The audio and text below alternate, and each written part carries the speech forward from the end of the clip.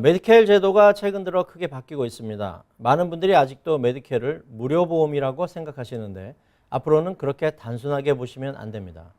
제도 자체가 없어지는 것은 아니지만 자격 기준은 더 까다로워지고 유지 조건은 점점 더 많아지는 방향으로 변화하고 있기 때문입니다. 이제는 단순히 소득만 보는 제도가 아니라 자산을 비롯한 여러 가지 조건이 함께 적용되는 구조로 바뀌고 있으며 그 중에서도 가장 중요한 기준이 바로 이민신분입니다. 메디케일은 크게 두 가지로 나뉩니다. 하나는 정상 이민신분, 또 하나는 조건이 충족되지 않은 이민신분입니다. 시민권자, 영주권 취득 후 5년이 지난 경우 난민이나 망명 승인자 등은 정상 신분으로 분류되어 풀 혜택을 받을 수 있습니다.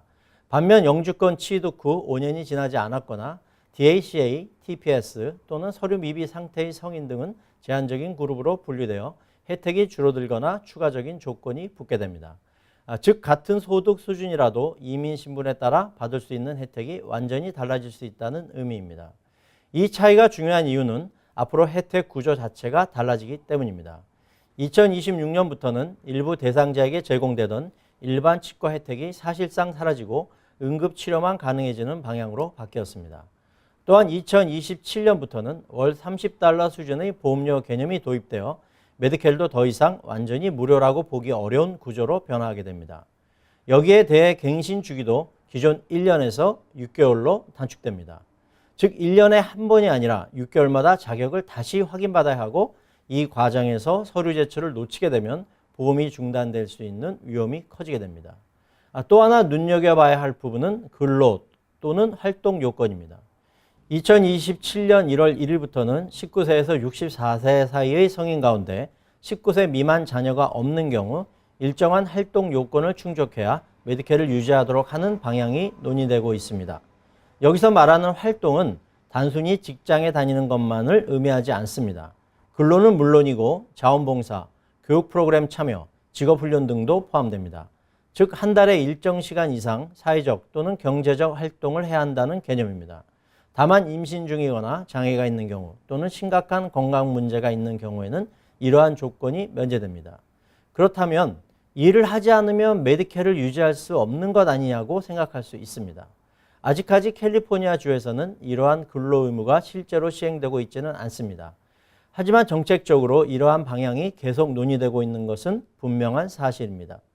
즉 지금 당장은 적용되지 않더라도 앞으로 제도가 더 강화될 가능성은 충분히 있다고 보셔야 합니다. 여기에 대해 일부 대상자는 앞으로 의료 서비스를 이용할 때 소액의 본인 부담금을 부담하게 될 가능성도 있습니다. 과거에는 메디케일이 대부분의 의료비를 거의 전액 커버해주는 구조였다면 앞으로는 일정 부분 비용을 개인이 부담하는 방향으로 변화하고 있는 것입니다.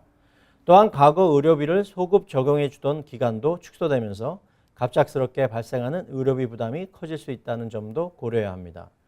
결국 중요한 메시지는 하나입니다.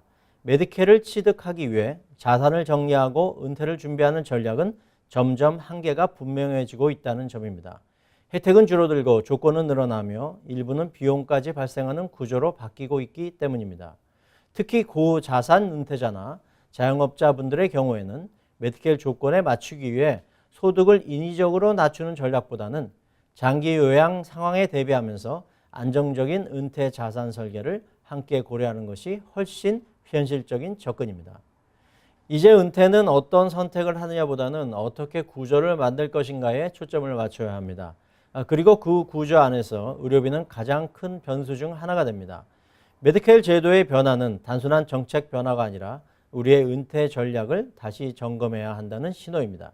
지금은 괜찮다고 생각하더라도 앞으로의 변화까지 고려해서 준비하는 것이 가장 현명한 선택이 될 것입니다.